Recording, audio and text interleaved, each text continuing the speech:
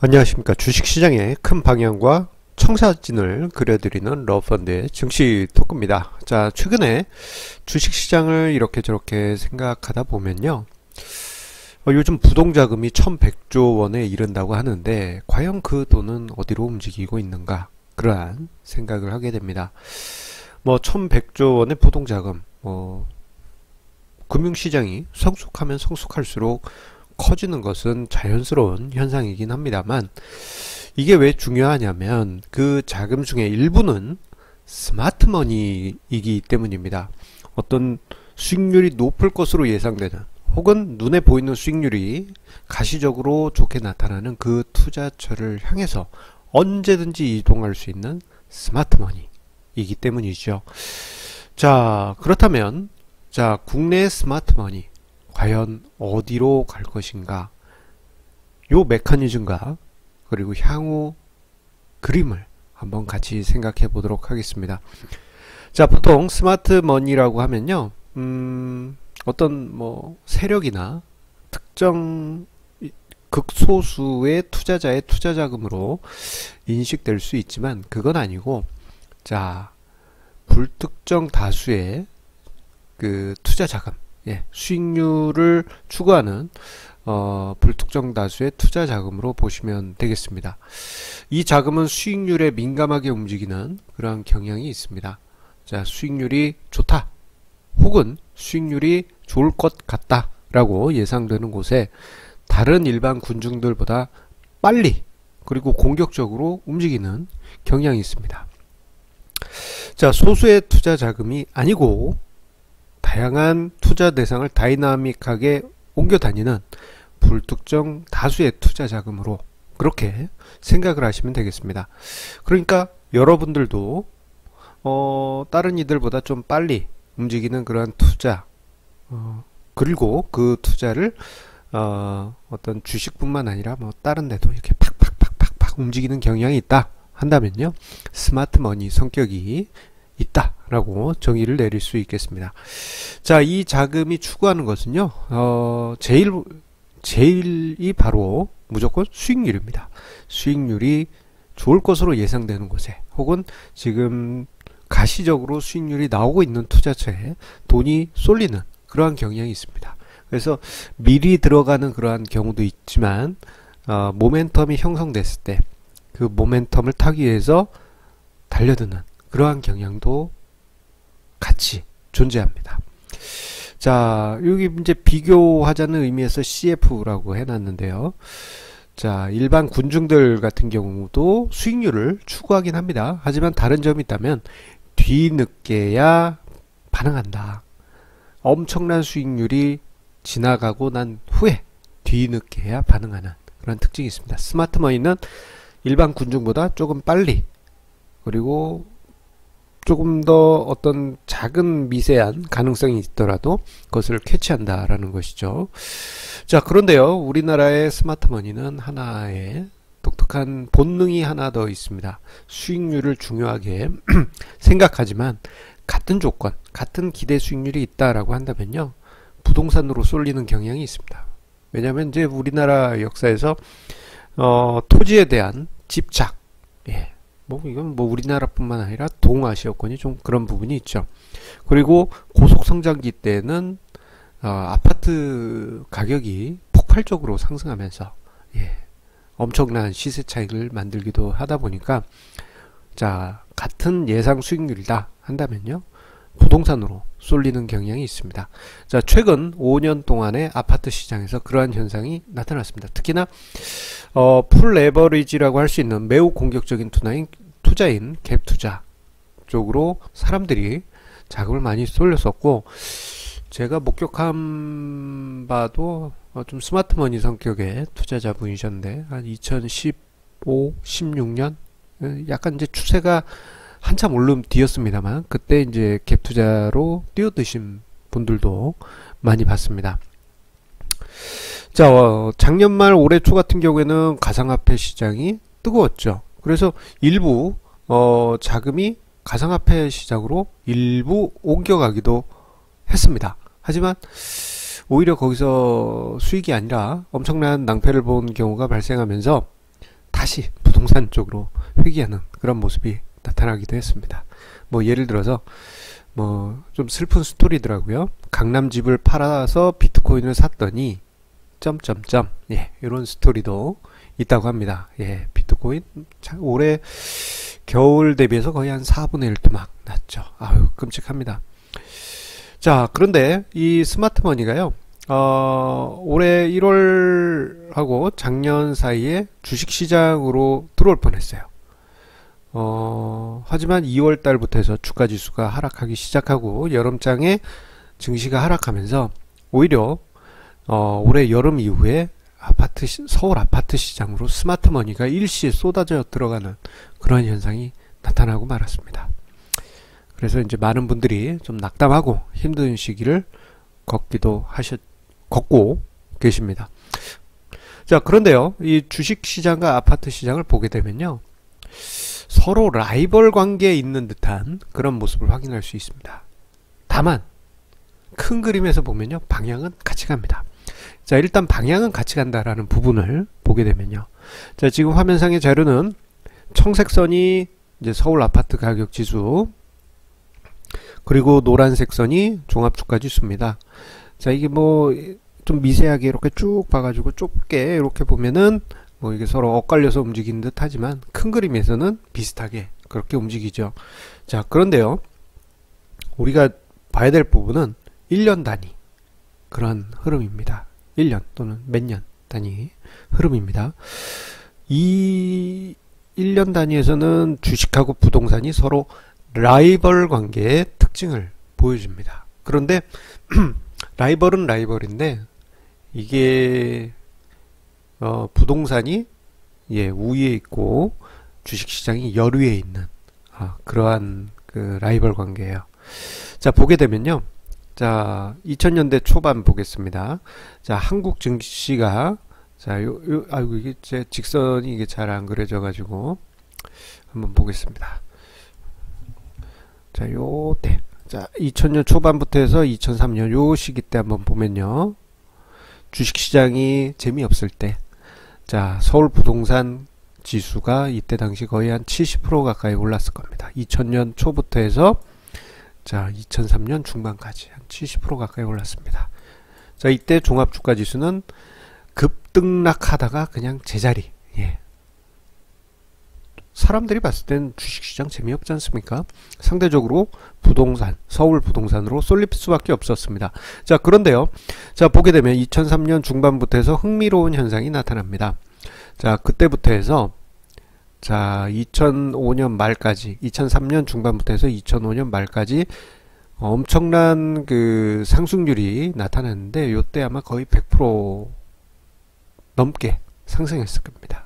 자, 그리고 그 같은 기간 2003년 중반부터 해서 2005년 말까지 한번 예, 요 구간, 어우, 직선이 잘 안 그어지네요. 서울 부동산 가격 지수는 요때 한 10%, 예, 그 정도 상승했습니다. 요때 당시 참여정부가 부동산 억제책을 많이 감행하면서 2003년, 2004년, 2005년 그래도 상승 속도를 억제할 수 있었습니다. 이 기간 주식시장이 빵 하고 뛰었죠.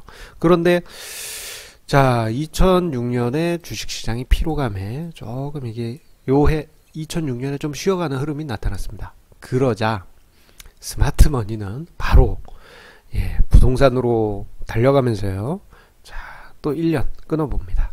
자, 이때 2006년에 부동산 폭등을 또 한 번 만듭니다. 이게 1년에 25% 상승했습니다. 서울 부동산 지수가 25% 상승했으니까 뭐 개별 아파트 단지에서는 엄청난 상승률이 만들어진 데도 많았을 거예요.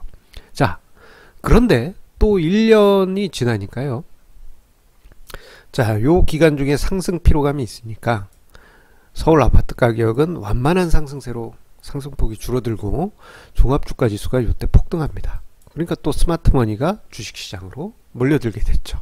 이런 흐름이 반복적으로 나타나게 되는 것입니다.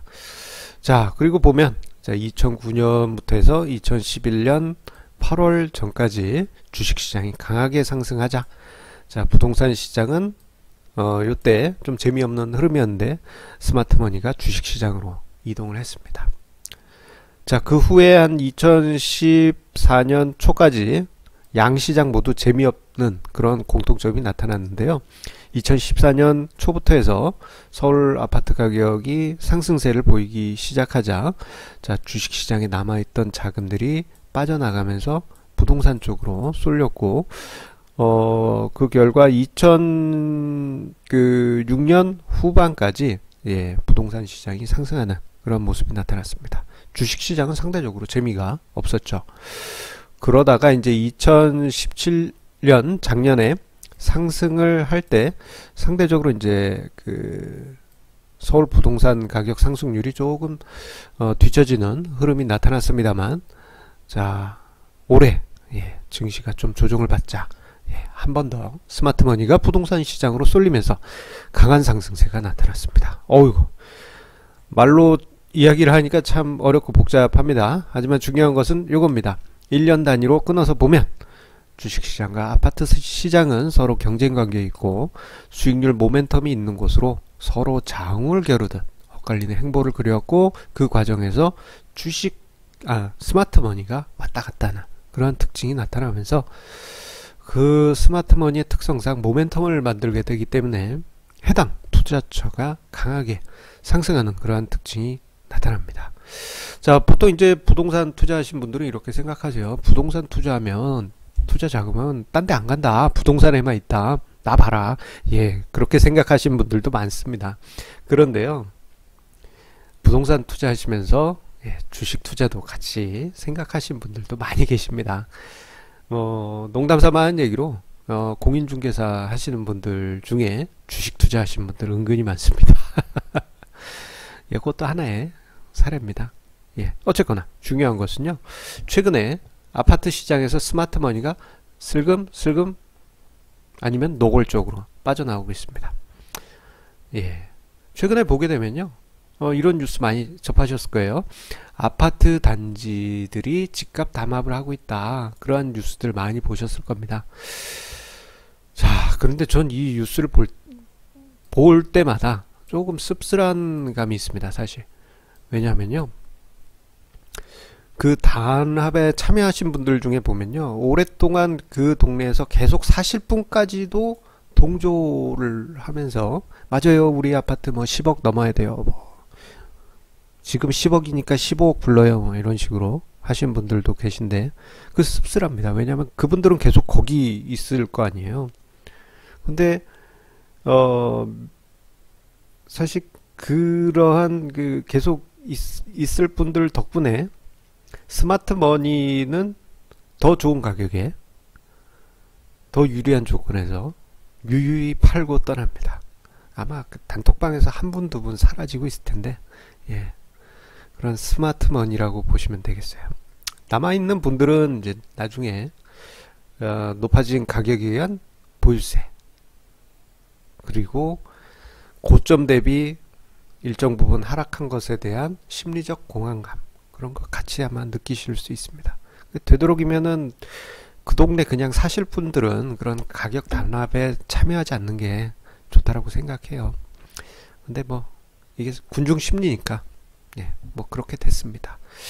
자, 어쨌거나 그 자금들이, 예, 빠져나가고 있습니다. 예, 전세 끼고 사놨는데 좋은 가격이야. 그런데 뭐 주민들이 알아서 집값을 단합해줘서 난 좋은 가격에 팔았어. 이런 경우들이 왕왕왕 생기게 됩니다. 아이고, 남 좋은 일만 하게 되는 거죠. 어쨌거나 그 돈들이 빠져 나가게 되는데, 이 자금의 성격은 수익률에 매우 민감하고, 수익률이 있다, 투자할 만한 곳이 있다 그러면은 어떤 투자 대상이든 공격적으로 이동할 수 있는 그러한 성향이 매우 강합니다. 자, 이러한 현상이 작년 연말에 후반에 한번 나타났고, 그리고 이번에 또 나타나려고 하고 있어요. 작년 후반에 보면은 주식시장이 상승세를 보이니까 그때쯤에 이제 부동산을 팔고 주식시장으로 넘어왔던 분들도 은근히 많이 계십니다. 그러다가 올해 주가지수가 좀 부진하니까 다시 아이고 다시 빽빽빽 뭐 이렇게 하신 경우가 많이 나면서 좀 급하게 상승한 부분이 있죠. 자, 어쨌거나 최근에 스마트머니가 부동산에서 빠져나오는 모습들, 정황들 많이 관찰되고 있습니다. 자, 그런데 그 자금들이 만약에 주식시장이 상승을 하게 된다면요, 그 자금 중 일부는 주식시장으로 매우 공격적으로 유입될 가능성이 높습니다. 특히나 그 자금들은 갭 투자를 통해서 정말 그 뭐랄까 좀 상상하기 힘든 수익률을 거둔 경우도 많기 때문에, 그리고 투자론 관점에서 보면 풀 레버리지를 쓰는 거 아닙니까? 매우 공격적일 수밖에 없습니다. 자, 그 자금들, 주식시장이 가시적인 성과, 어떤 특정 기간 내 어이구 추세가 올라갔네요, 수익률이 좋네요 라는 모습이 관찰되면 바로 주식시장으로 이동할 가능성이 높습니다. 특히나 정부에서 서울 부동산 억제책을 계속 발표하고 있기 때문에 심리적으로 좀 지금은 균형이 부동산이 조금 불리할 수도 있기 때문이죠. 스마트머니는 좀 불리하지 않은 쪽으로, 수익률이 높은 쪽으로 무조건 움직이는 경향이 있습니다. 자, 그 시작점은 종합주가지수 기준, 자, 2400포인트가 시작점으로 될 것으로 보여지고요. 어느 날 주가지수가 2600을 넘어서 신고점 경신하기 시작하면 부동산 억제책으로 갈 곳을 찾지 못했던 스마트머니가 주식시장에 강하게 유입될 가능성이 큽니다. 그리고 그 자금은 매우 공격적인 투자 성향이란 거, 이것을 꼭 기억하시기 바랍니다. 자, 오늘 러펀드의 증시 토크는 큰 그림에서 스마트머니의 흐름 그리고 메커니즘을 생각을 해봤습니다. 자, 주식시장을 이해하시는데 하나의 좋은 참고자료가 되시길 바라겠고요. 항상 강조드립니다만 여러분들의 좋아요와 구독하기 저의 큰 힘이 됩니다. 자, 여러분들이 만약에 스마트머니라면 지금 어떻게 하시겠습니까? 자, 그러면 성공투자 이어가시기 바라면서 내일도 좋은 주제로 증시 토크 준비하도록 하겠습니다. 감사합니다.